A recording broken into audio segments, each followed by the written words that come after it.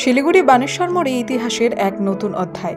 সোমবার ইস্টার্ন বাইপাসের বানেশ্বর মোড়ে উন্মোচিত হল রাজবংশী গৌরবের প্রতীক বীর চিলারায়ের মূর্তি। বহুদিনের দাবি, বহু মানুষের পরিশ্রম আর অবশেষে রাজবংশী সমাজের ঐক্যবদ্ধ উদ্যোগে বাস্তব রূপ পেল এই স্মৃতিস্তম্ভ। বানেশ্বর মোড় এলাকার যে বাসিন্দারা আছে, এদের দীর্ঘদিনে একটা আশা ছিল, আকাঙ্ক্ষা ছিল কি বীর চিলারায়ের মূর্তি স্থাপনা হোক। প্রথমে সবাইকে শুভ মহালয়া। তো আজকে শুভ দিনে আমরা সাফল্য পেয়েছি।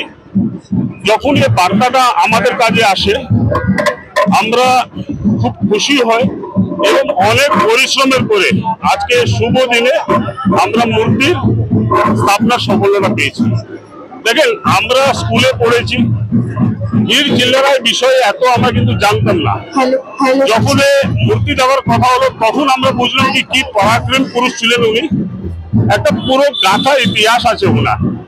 এবং এই মূর্তি স্থাপনে শুধু এখানকার এলাকার লোক খুশি হবেন না, যারা বানেশ্বর মোড় থেকে যাতায়াত করেন, এবং আজকে তো সবার কাছে মোবাইল আছে, একটা মূর্তি যদি এখানে আছে তো সবারই কৌতূহল থাকে কি নিয়ে, মানে বীর চিলারাই কে। তো যখনই ওনারা মোবাইল খুলে দেখবেন ওনার যে পরাক্রম, ইতিহাস, বীরতা আছে, তখন আমাদের এই শ্রদ্ধাঞ্জলি কি আমরা বীর চিলারায়ের এই যে গাথা ইতিহাসটা আমরা অনেক জায়গায় অনেক মাধ্যমে পৌঁছে দিতে পারছি। বীর চিলারায়, যিনি ছিলেন এক কিংবদন্তি সেনাপতি, আজ তার বীরত্ব, সাহস আর আত্মত্যাগের ইতিহাস আরও একবার ফিরে এলো উত্তরবঙ্গের মাটিতে। এই মহতী উদ্যোগের পেছনে গুরুত্বপূর্ণ ভূমিকা পালন করেছেন শিলিগুড়ির বিশিষ্ট সমাজসেবী জেপি কান্ডিয়া। তার আর্থিক সহায়তা ও নিরলস প্রচেষ্টা ছাড়া এই মূর্তি নির্মাণ হয়তো আজও স্বপ্নই রয়ে যেত। অনুষ্ঠানে প্রধান অতিথি হিসেবে উপস্থিত ছিলেন পদ্মশ্রী নাগেন্দ্রনাথ রায়।